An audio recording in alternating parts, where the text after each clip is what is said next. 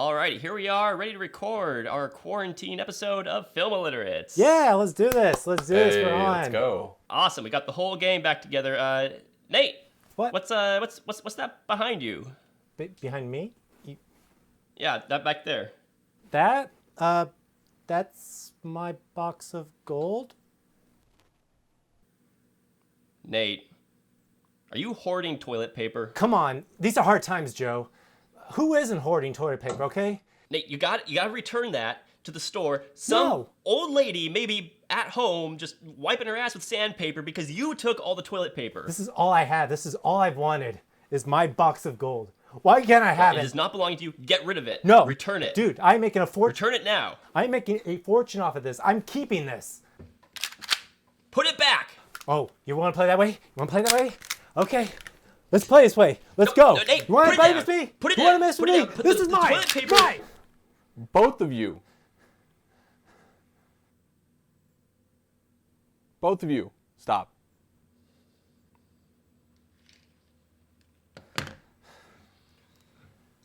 I can't believe me. I can't believe it. All right. We're good? We're good. We're cool. Yeah, we're good. Now we can finally get on to the movie. Alex, what the heck? Didn't mean to.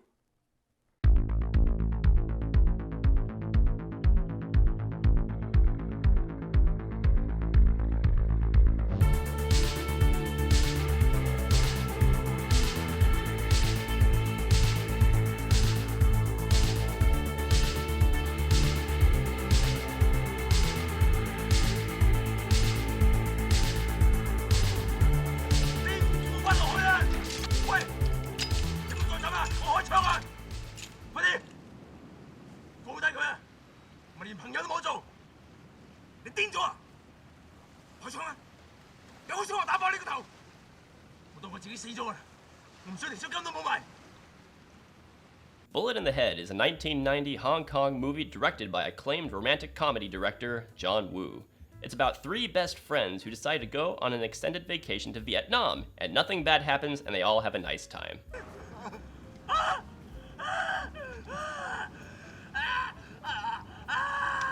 The reason we're watching this movie is because I've been kind of on a Hong Kong movie kick for the past few months. It started off, I got into Jackie Chan movies, and that transitioned over to Michelle Yeoh movies, and basically I found myself eventually in the realm of John Woo. Now, I'd never seen any of John Woo's Hong Kong movies before. I think up till now I'd only seen Face Off and Mission Impossible 2.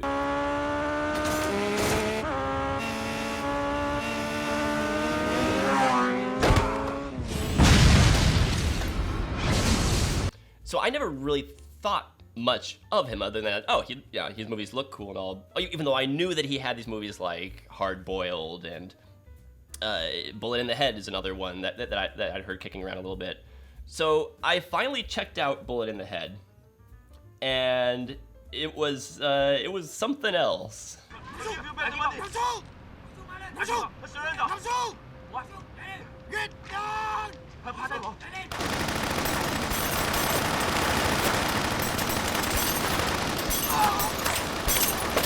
It is. I mean, there's nothing really you can describe about it. It's like a buddy movie from the 50s. Yeah, you could say that, sure. Yeah.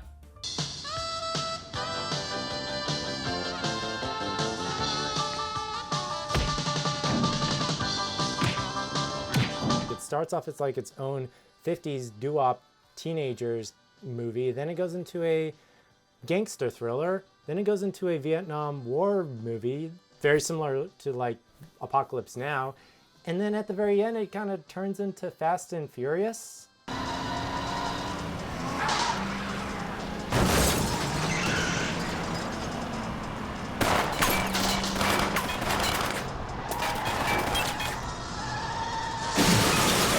And in hearing people talk about this movie online a lot, I see The Deer Hunter brought up quite a bit, which I've never seen, but I would presume it's because it's of a very specific scene in this movie.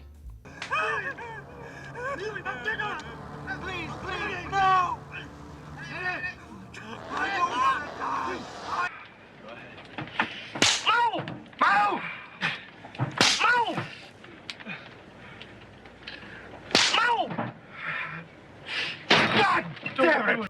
think this scene, or at least this movie, and what it pulls off, is much more effective. You actually, kind of, when you see them going through that, you actually, at first, you're kind of laughing at like all the action and all the, antics they're getting into, but when this scene drops, you're kind of like, whoa. Happy? Are you happy you want that? You like that? So, to give a brief synopsis for those who haven't seen the movie, Bullet in the Head is about three friends, Ben, Frank, and Paul, who live in Hong Kong, live happy lives. Ben gets married, and on the night of Ben's wedding, Ben and Frank go out and kill a mobster as kind of an act of revenge. Accidentally kill, I guess?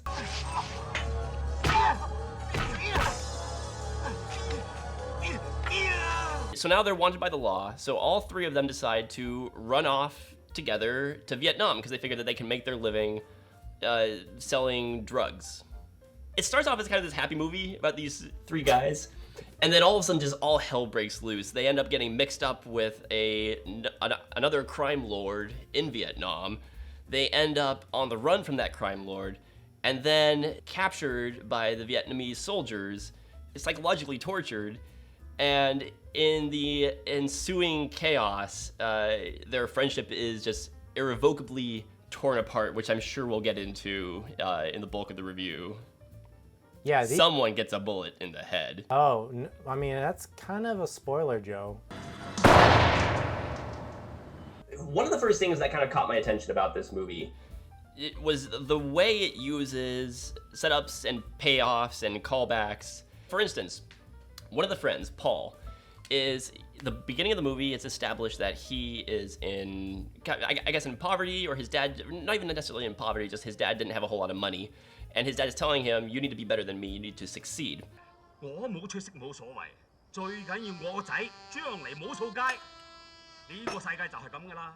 And so it's been established early on, and they have this really cool thing where at the beginning of the movie, he says, one day I'm gonna go out there, be successful, and I'm gonna come back in a Mercedes. And then at the end of the movie, after he's betrayed his friends, and he has come back to Hong Kong with that box of gold, and he's risen up in this business, he ends up getting into a car chase with Ben, and he's driving a Mercedes. And I thought little touches like that were really cool.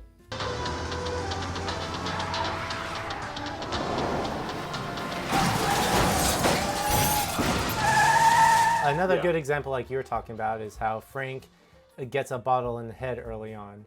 And, obviously, I guess we can hint at what happens to him earlier, but throughout the whole beginning of this first act, he's getting smacked in the head by his mom with a shoe. He's getting a bottle to the head by the Ringo gangster guy. And it's like, yeah, it's kind of hinting at what's coming to him as well. I really like kind of the maybe first half hour of the movie, kind of just getting to know the characters and setting up where they're going to be moving on to.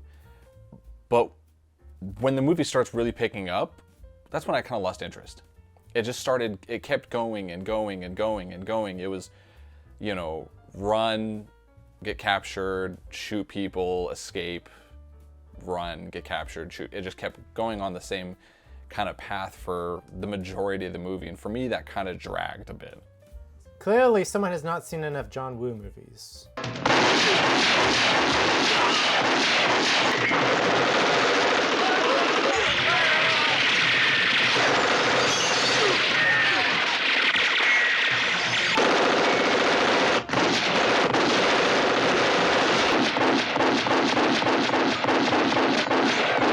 My only problem with the way this movie does setups and callbacks, because it does rely on them quite a bit, is that I felt like it hit you over the head with a little bit too much. Especially in the final car chase, because there's a big car chase scene where it mirrors a lot of things that happened earlier in the movies. And I felt like the movie didn't need to keep cutting back to the stuff it was calling back to. I felt like it would have made it more satisfying to figure that stuff out on my own. But the movie kept on feeling like, oh, we have to really hammer home what we're doing here.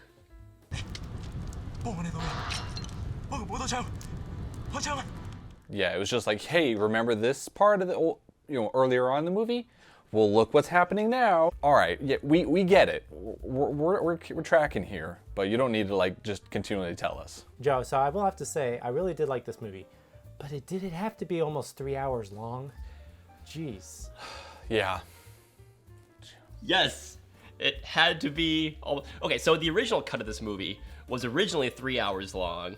And John Woo, of course, had to cut the movie down, and supposedly there are multiple cuts of this movie floating out there.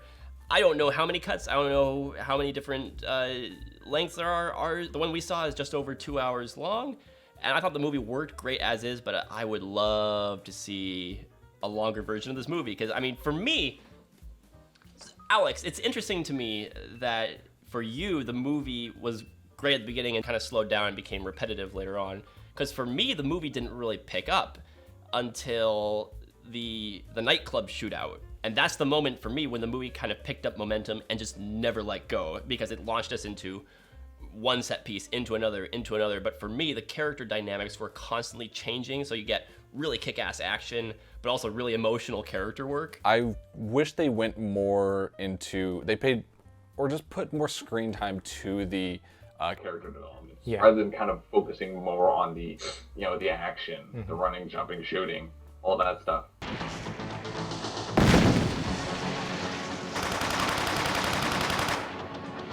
He had to cut out a lot of stuff with the Vietnam War and the Viet Congs and the riots and like the massacres that were happening to kind of just basically what we've gotten. So it's funny how censorship has kind of like almost like dwindled down this movie to almost like barely what he originally wanted to produce. And for me as an editor, I kind of see that sometimes, because there's certain transitions and certain sequences that I kind of felt like there was supposed to be a lot more that was happening, or they cut out something completely. And it would have been interesting to see how it would have flowed if it was just edited and shot the way he wanted it. Well, one scene that we do have, one deleted scene that I think absolutely should have stayed in the movie, because even in the movie I was a little bit confused, was the infamous piss drinking scene. Because, okay, so there's a scene where they're in a nightclub and they're meeting with this big crime lord, and he basically suspects them of conspiring to steal away his top singer, who is being kind of held there against her will and has been forced onto drugs and prostitution and all this. So they're planning on running away with her and releasing her to Hong Kong, where she came from. In the scene in the movie that we saw, the version of the movie that we saw, he forces one of them to chug like a whole thing of alcohol, like a big old bottle, which is, sucks, and it's bad and all. But then they really launch out at him, and it ignites a gunfight in the nightclub, which is a fantastic scene, fantastic shootout. There's so many guns. That was a good part of it. But in the movie, I'm watching this, and I'm like, I mean, yeah, that sucks, but you're gonna start shooting up the place now because of that? In the deleted scene, he forces all three of them to chug pints of pee, which makes a lot more sense. And it literally just pans over to like another side of the bar, where it shows like his men just like peeing into 2 glasses and carrying them over and dropping it right in front of them. I'm like, that makes a lot more sense. Sitting at the table, just peeing into jars under the table, instead of like, at least do it in the bathroom or something. Oh my gosh, but yeah, having to go through that, I don't know, Joe. I could see why Frank had to drink that much.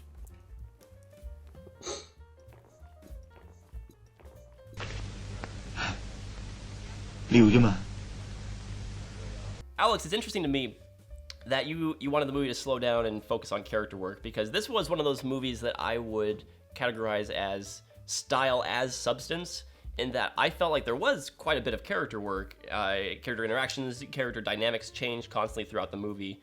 I felt like it was just done within the action. So for instance, they befriend Sally, the singer at the nightclub. They make a plan to rescue Sally, and in the escape, Sally gets shot, and the movie kind of becomes about them trying to keep her alive, and she ends up transitioning to the next action scene where they're getting onto the boat, trying to escape from the soldiers, and she gets shot, and she ends up dying. That adds stress and strain on them. They've grown this emotional attachment to her, and now all of a sudden that's been broken off. So, I mean, to me, all of that happens like within the action scenes, and just the emotional strain the characters are going through, the pain on their faces is just, oh my gosh. want that? You like that?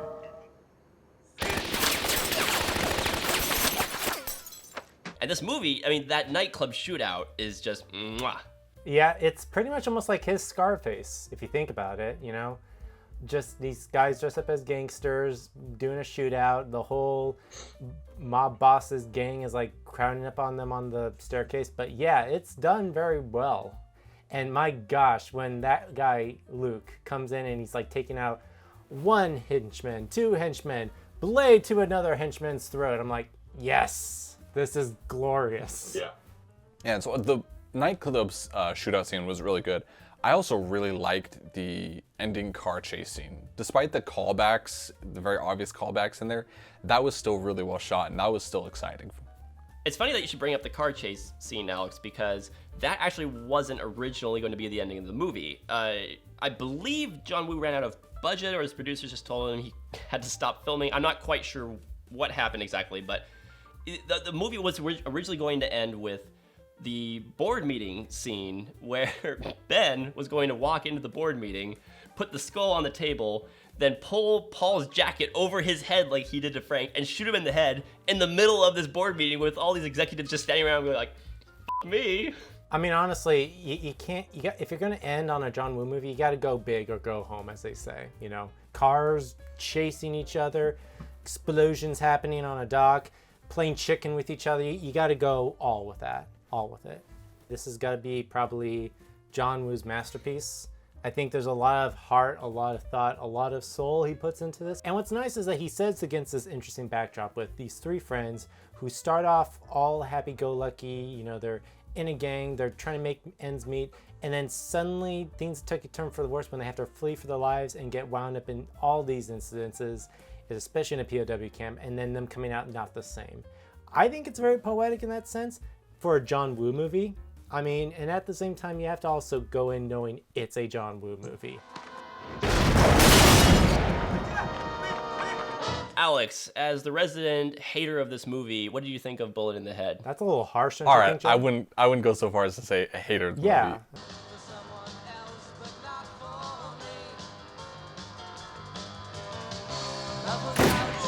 I didn't care for the movie that much. For me, like I mentioned, it dragged on a bit too much. It was just kind of a bit repetitive with the continuous action scenes. I did wish for a little bit more downtime in between the fights for just dialogue, just character interaction, rather than it kind of going into something really tense, like the POD camp scene. So, that being said, if you're into kind of like 80s action movies or Hong Kong movies or anything like that, I'd still think that you would get a lot out of this. It's still pretty entertaining. At over 2 hours, it's a bit to run through, but that being said, if you do like that constant action, there is something there for you. So I would give this a soft recommendation if you're interested in this kind of thing. Yeah, I'm sorry, Alex. It's going to be another hard recommendation for this movie from me. This is... I was blindsided by how gut-wrenching emotionally this movie was to me. You come again to that prison camp scene, and I was just like, my jaw was hitting the floor over all this mental turmoil these characters are going through. And even before then, the nightclub shootout, that scene grabbed me and I thought, oh, okay, this movie's picking up now. Like, I like the fact that it kind of propels you head on and from one scene into the next.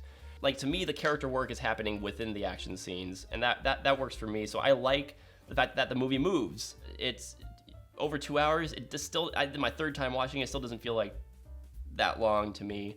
I also will say this movie works very well for rewatches, especially this movie works very well for rewatches because you get to notice the setups and payoffs a lot better if you know what's going on the first time. That first half hour plays a lot better to me having seen the movie before, and all of a sudden I get like, oh, that's what they're doing here. This is what this character's role is supposed to be, and this is where they end up going. So if you can find this movie, I highly recommend checking it out. Bullet in the Head is John Woo's masterpiece, at least from the ones that I've seen.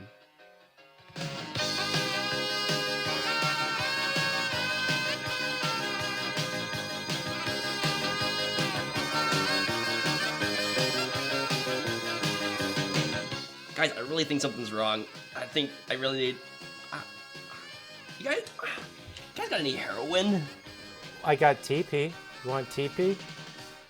Not on me at the moment. Joe, you want some drink? Maybe some more beer or anything like that? No? You want me to make you happy? Want me to make you happy, Joe?